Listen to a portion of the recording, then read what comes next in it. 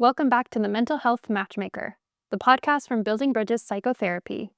I'm your host, Brooke, and this is an Ask a Therapist episode where you submit your therapy questions and we bring them to one of our licensed therapists for honest, grounded answers. In this episode, I'm speaking with registered therapist Amman about navigating some of life's biggest challenges, from relationship doubts and family pressures to the realities of starting over in a new country and managing social anxiety. We talk about how to separate your own values from outside opinions, why feeling understood matters so much in therapy, and practical ways to work through anxiety when it starts affecting your daily life. Let's get into our first question.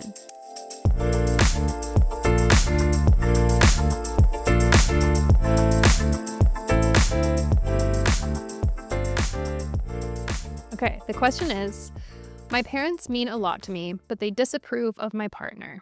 It's made me start to question if this relationship is even for me. Where do I go from here? It's definitely a tough situation to be in. I think when you're kind of stuck between two people, it's hard to be that one person in the middle. It kind of is like three different areas if you think about it. It's what your parents are feeling, what you're feeling yourself in terms of like that guilt or like that shame or whatever it may be. And then there's that third component, which is like what is actually going on and how you actually do feel in that relationship. And I think to make that distinguishment between the three is really important. I think, well, it's kind of where therapy comes in the picture, to be completely honest with you. I think you've got to break it down. You've got to analyze all sides of it. It's like from a CBT standpoint, for example, we'll kind of check in, see like what are those red flags that maybe are getting brought up to you by your parents, for example. Are those things that you resonate with? Are they things that you think are happening? Or is it that external influence that's maybe at play that's creating this narrative that maybe doesn't exist? Really do look within yourself as well, because I think it's really easy to let like those external pressures that we talked about influence what you're thinking. And I think kind of having that therapist as that neutral party in the picture to kind of like look at that bigger picture, get that real well-rounded view, because like I said, if it's family, if it's friends, it's never going to be that neutral perspective, and you need that to help you come to terms with like what you're actually feeling. People always worry about like pleasing everyone else, but I think the most important person in that equation is always you. Therapy does that. It's all about you. The focus is on the self, and I think that's definitely a great feature of it. I feel like cultural aspects too, especially like the South Asian community. We have our parents, and that was the generation who had like the arranged marriages. And then you're going to have the next generation, which is going to be like our kids who are going to have that more freedom. And we're that generations that's stuck in the middle of those two things. And I think when you have a question like this one, where it's saying, how do you manage that? It is very generational to our generation, because you've got to find that balance. You have that kind of cultural aspect of wanting to please your parents, but then at the same time, you've got to think about what's best for you. And somehow you've got to find a way to kind of make both those coincide. And I think it's not always about picking a side either. It's kind of about finding a solution.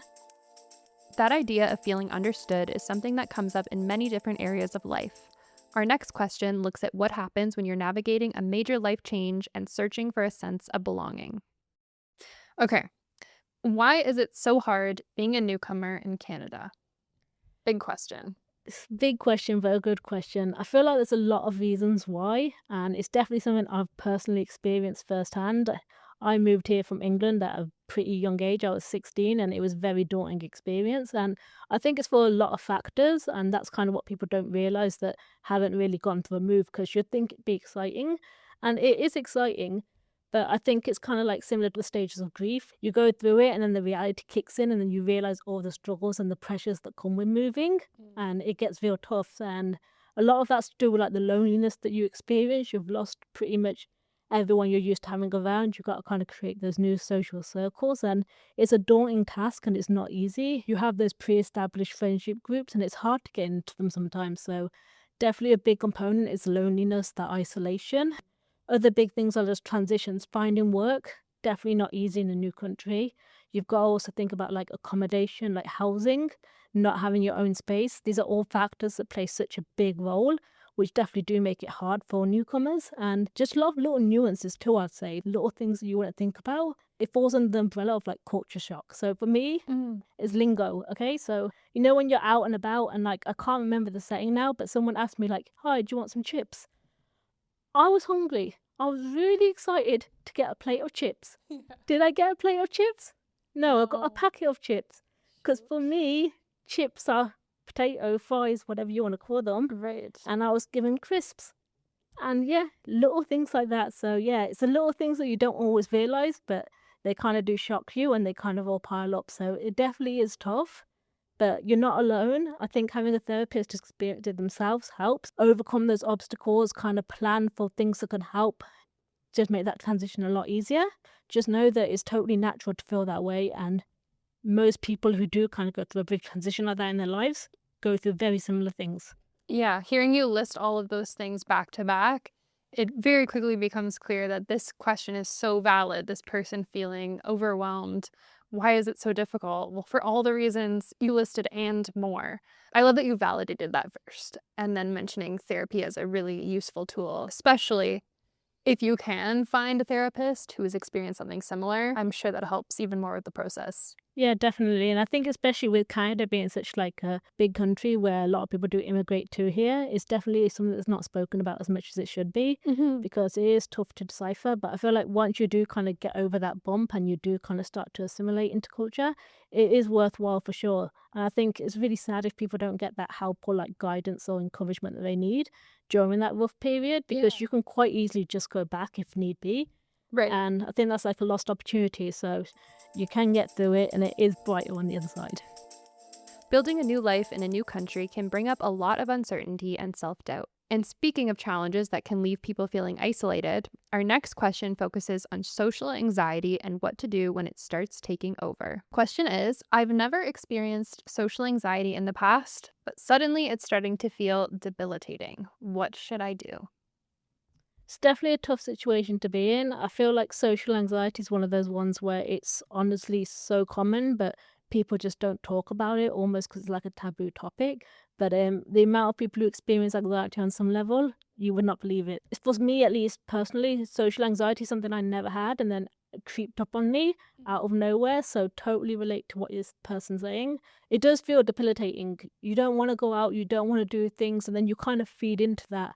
And I think that's a tough thing because the more you feed into it, the more debilitating it gets and the harder it is to break free. And that's kind of the thing that we go over in therapy, work on a plan to kind of pull you out of that. Because when it comes to things like social anxiety, the first step is always the hardest. You don't want to go. You kind of have that lingering symptoms of anxiety. You know, there's pain in the stomach. For example, for me, like I convince myself I'm sick and I'm on a pro tip, have a popsicle, it soothes the stomach and everything's okay. But no, it's definitely tough. But like I said, first step's the hardest. You've got to kind of put yourself out there more. I think therapy is a great example of that because just coming to a session, for example, you probably don't want to come. You probably don't want to talk to your therapist, but it's a really safe, nice space to start. And as you get that, you can retrain your brain with that kind of CBT aspect of like, okay, it wasn't that scary. Nothing bad happened. It's not a dangerous situation to be in. It kind of resets and you'll find that those symptoms that you're experiencing, that anxiety, it goes away little by little and you'll start feeling a lot better and you'll get your life back. You'll start seeing those friends that maybe you kept flaking on and it feels good in the long term. So definitely something that's worth addressing and working through. And like I said, super common, so don't ever make you feel a certain way. Yes, and I'm sure everyone that has felt that way before also has had the same reaction to the line, just start putting yourself out there. They're probably like, oh my gosh, that's the last thing I want to hear when that is the fear, right? But I love that therapy can be this like gentle accountability too. Like you're showing up, you're talking about hard things, you're talking about your deep insecurities, and to know that that's part of working on this thing that you're struggling with is such a great point. Yeah, definitely. And I feel like as you start to feel better about therapy, because to everyone, therapy feels scary at first. I feel like with social anxiety, it's almost like two birds, one stone, which is awesome. So definitely a great place to start. That's it for this episode of Ask a Therapist. If you have a question you'd like answered in a future episode, check the show notes for details on how to submit. We would love to hear from you.